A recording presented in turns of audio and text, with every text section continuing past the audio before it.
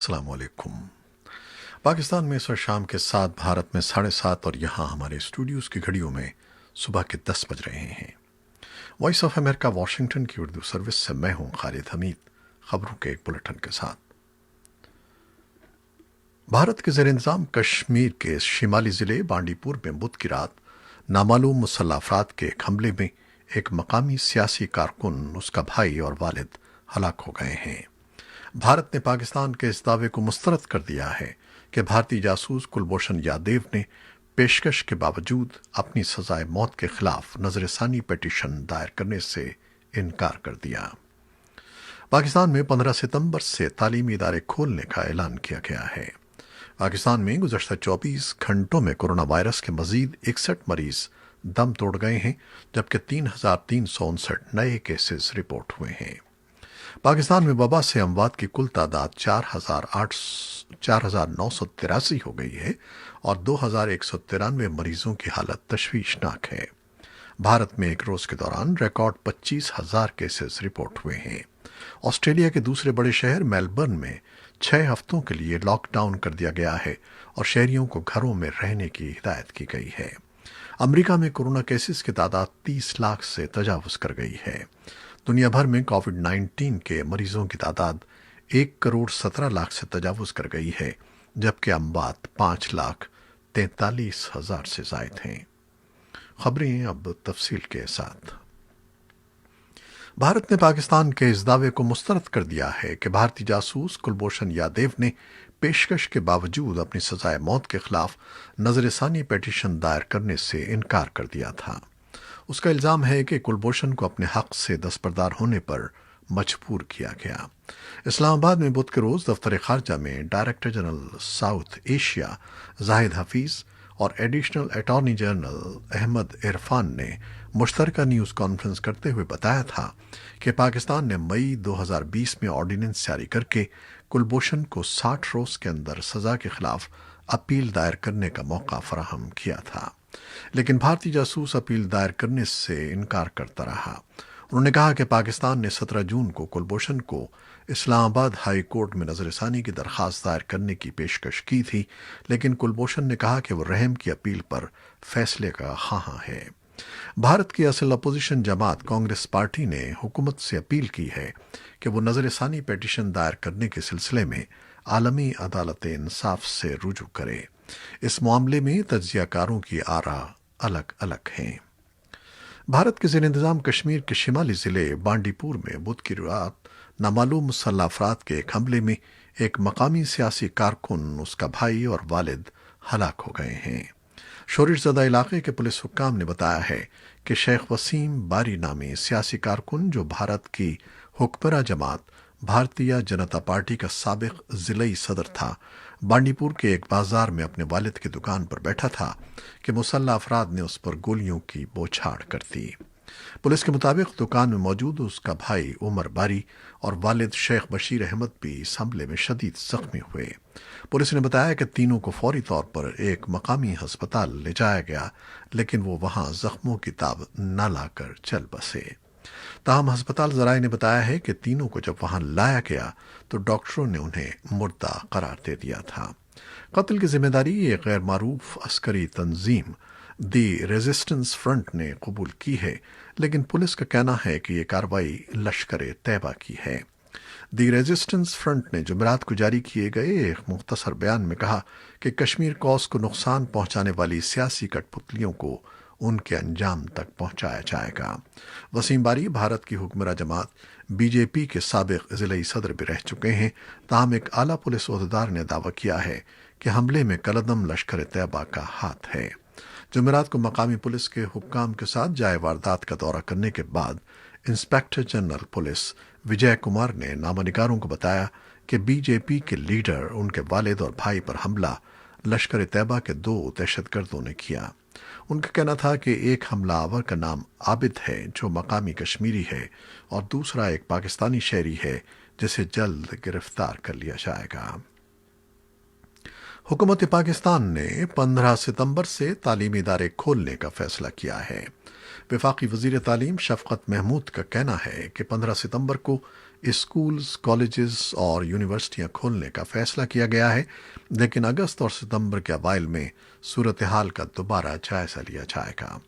اسلام آباد میں press conference کے دوران انہوں نے کہا کہ اگر کورونا وائرس کی صورتحال قابو میں رہی تو 15 ستمبر کو ملک بھر میں تعلیمی ادارے کھول دیے جائیں گے۔ ان کے بقول ایس او پیز کے تحت تعلیمی ادارے کھولے جائیں گے۔ اس ضمن میں مختلف تجاویز پر غور کیا جا رہا ہے۔ کچھ تجاویز یہ ہیں کہ ایک دن اسکول کھولے جائیں اور ایک دن چھٹی ہو، تاہم ابھی 2 ماہ ہیں، اس کا حتمی فیصلہ اس دوران کر لیا جائے گا۔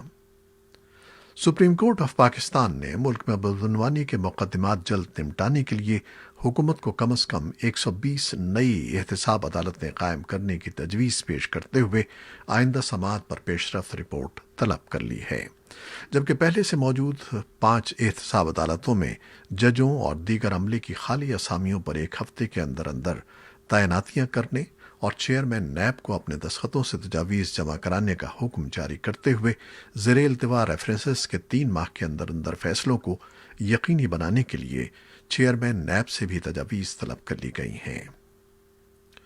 پشاور کے علاقے یکاتوت میں کمسن لڑکے اور لڑکی کو غیرت کے نام پر قتل کرنے کے واقعے پر پولیس نے مقدمہ درج کر کے 3 افراد کو حراست میں لے کر مزید کارروائی کے لیے عدالت سے رجوع کیا ہے۔ دونوں مقتولین آپس میں چچا زاد بتائے جاتے ہیں اور ان کو قریبی رشتہ داروں نے پچھلے 2 جولائی کو قتل کر کے خفیہ طور پر مقامی قبرستان میں سپرد خاک کر دیا تھا۔ پولیس نے علم ہونے پر 8 جولائی کو مقدمہ درج کر لیا۔ افغان حکومت جمعرات کی شام 3 ویڈیو کانفرنسوں میں آخری کانفرنس کا اہتمام کر رہی ہے۔ یہ کانفرنس یورپی یونین، اقوام متحدہ اور نیٹو اور عطیہ دہندگان ملکوں کے نمائندوں کے ساتھ ہوگی۔ افغان وزارت خارجہ کے ترجمان گرائن ہیوٹ نے صحافیوں کو بتایا کہ قیدیوں کی رہائی، امن بات چیت، تشدد میں کمی اور مستقل فائر بندی کے معاملات آج کی ویڈیو کانفرنس میں موضوع بحث ہوں گے۔ افغان حکومت نے اسی طرح کی 2 کانفرنسیں پیر اور منگل کو منعقد کی تھیں۔ افغانستان کے ایک حکومتی ذریعے نے اپنی شناخت ظاہر نہ کرنے کی شرط پر وائس آف امریکہ کو بتایا ہے کہ 600 طالبان قیدیوں کی رہائی کے مسئلے پر تعطل دور ہو گیا ہے اور اب طالبان نے افغان حکومت کو 592 متبادل قیدیوں کی فہرست فراہم کر دی ہے۔ تاہم طالبان ذرائع اس بات سے انکار کر رہے ہیں کہ ان کی طرف سے قیدیوں کی رہائی کے لیے کوئی متبادل فہرست فراہم کی گئی ہے۔ سرکاری ذریعے کا مزید کہنا ہے کہ طالبان کی طرف سے متبادل قیدیوں کی فہرست فراہم ہونے کے بعد طالبان کے 5000 قیدیوں میں سے باقی رہ جانے والے قیدیوں کی نئی فہرست جاری کر دی جائے گی۔ طالبان کے دوحہ میں قائم دفتر کے ترجمان سہیل شاہین نے وائس آف امریکہ سے بات کرتے ہوئے کہا ہے کہ یہ خبر درست نہیں ہے اور نئی فہرست کی فراہمی کے بارے میں کوئی فیصلہ نہیں کیا گیا ہے۔ ترجمان کا کہنا تھا کہ حکومت کے دعوے معاملے کو التوا میں ڈالنے کا ایک بہانہ ہے۔ قیدیوں کی رہائی کے مسئلے پر کوئی تصفیہ نہ ہونے کے باعث انٹرا افغان بات چیت میں تاخیر ہوتی جا رہی ہے۔ یہ بات طے شدہ پروگرام کے مطابق جون کے آخر میں دوحہ میں منعقد ہونا تھی۔ ادھر افغانستان کے لیے جرمنی کے خصوصی ایلچی پوٹسل مارکوس نے تصدیق کی ہے کہ انہوں نے طالبان کے نائب سربراہ ملا برادر سے امن کوششوں کے بارے میں بدھ کے روز بات چیت کی ہے۔ بھارت کی فوج نے اپنے افسران اور اہلکاروں کو ہدایت کی ہے کہ وہ 15 جولائی تک فیس بک اور انسٹاگرام سمیت 89 موبائل ایپلیکیشنز پر اپنے اکاؤنٹس بند کر دیں۔ بھارتی فوج نے حساس سوشل میڈیا ایپس کا استعمال ممنوع قرار دینے کا یہ حکم حساس معلومات کے لیک ہونے اور سیکیورٹی خدشات کے پیش نظر دیا ہے۔ فوج کی جانب سے جاری ایک ہدایت نامے میں کہا گیا ہے کہ اگر احکامات کی خلاف ورزی کی گئی تو ایسے اہلکاروں کے خلاف ایکشن لیا جائے گا۔ سوشل میڈیا اکاؤنٹس ڈیلیٹ کرنے کے حکم کے نتیجے میں بھارت کی فوج کے لگ بھگ 15 لاکھ جوان فیس بک، انسٹاگرام اور دیگر سوشل میڈیا پلیٹ فارمز کے استعمال سے محروم ہو جائیں گے۔ بھارتی فوج نے اپنے اہلکاروں کو جن ایپلیکیشنز کے اکاؤنٹ ڈیلیٹ کرنے کی ہدایت کی ہے ان میں 59 ایپلیکیشنز کا تعلق چین سے ہے۔ ان میں معروف ایپلیکیشن ٹک ٹاک بھی شامل ہے، جس پر حال ہی میں بھارتی حکومت نے پابندی عائد کی تھی۔ امریکہ میں مقیم غیر ملکی طلبہ کے ویزے پر جزوی پابندی لگانے کے ٹرمپ انتظامیہ کے فیصلے کو دو بڑی یونیورسٹیوں ہارورڈ اور میساچوسیٹس انسٹی ٹیوٹ آف ٹیکنالوجی یا MIT نے عدالت میں چیلنج کر دیا ہے۔ ٹرمپ انتظامیہ نے 6 جولائی کو اعلان کیا تھا کہ جو غیر ملکی طلبہ کورونا وائرس کی وجہ سے کیمپس نہیں جا رہے اور آن لائن تعلیم جاری رکھ رہے ہیں، انہیں امریکہ چھوڑ کر اپنے ملک واپس جانا ہوگا۔ حکام کا کہنا تھا کہ جو طلبہ رضاکارانہ طور پر واپس نہیں جائیں گے انہیں امیگریشن حکام واپس بھیج سکتے ہیں۔ البتہ وہ طالب علم امریکہ میں رہ سکتے ہیں جو کچھ کلاسیں آن لائن اور کچھ یونیورسٹی میں لے رہے ہیں۔ بoston کی ایک عدالت میں بدھ کو دائر کی گئی درخواست میں ان دو یونیورسٹیز نے مطالبہ کیا ہے کہ ٹرمپ انتظامیہ کو اس فیصلے پر عمل درآمد سے روکا جائے اور اسے غیر قانونی قرار دیا جائے۔ درخواست میں کہا گیا ہے کہ امریکہ کی immigration and customs enforcement agency نے یہ فیصلہ سناتے ہوئے طلبہ، یونیورسٹی کے عملے اور کمیونٹی کے ارکان کی صحت کو لاحق خطرات کو مد نظر نہیں رکھا۔ یہ دونوں یونیورسٹیاں پہلے ہی اعلان کر چکی ہیں کہ موسم خزاں کے سیمسٹر کی تمام تدریس آن لائن کی جائے گی۔ ان کا موقف ہے کہ پیر کو جس نئی پالیسی کا اعلان کیا گیا ہے اس کے پیچھے سیاسی مقاصد کار فرما ہیں۔ اس نے اعلیٰ تعلیمی نظام کو انتشار میں ڈال دیا ہے۔ امریکہ کی جان ہاپکنز یونیورسٹی کی طرف سے جمع کیے گئے اعداد و شمار کے مطابق دنیا بھر میں کورونا وائرس کے مستند کیسز کی تعداد 1,20,00,000 سے تجاوز کر چکی ہے۔ کیسز کے اعتبار سے امریکہ بدستور سر فہرست ہے۔ امریکہ میں بدھ کے روز 60,000 سے زائد نئے کیسز کی نشاندہی ہوئی ہے، جو ایک روز کے اندر سامنے آنے والی سب سے زیادہ تعداد ہے۔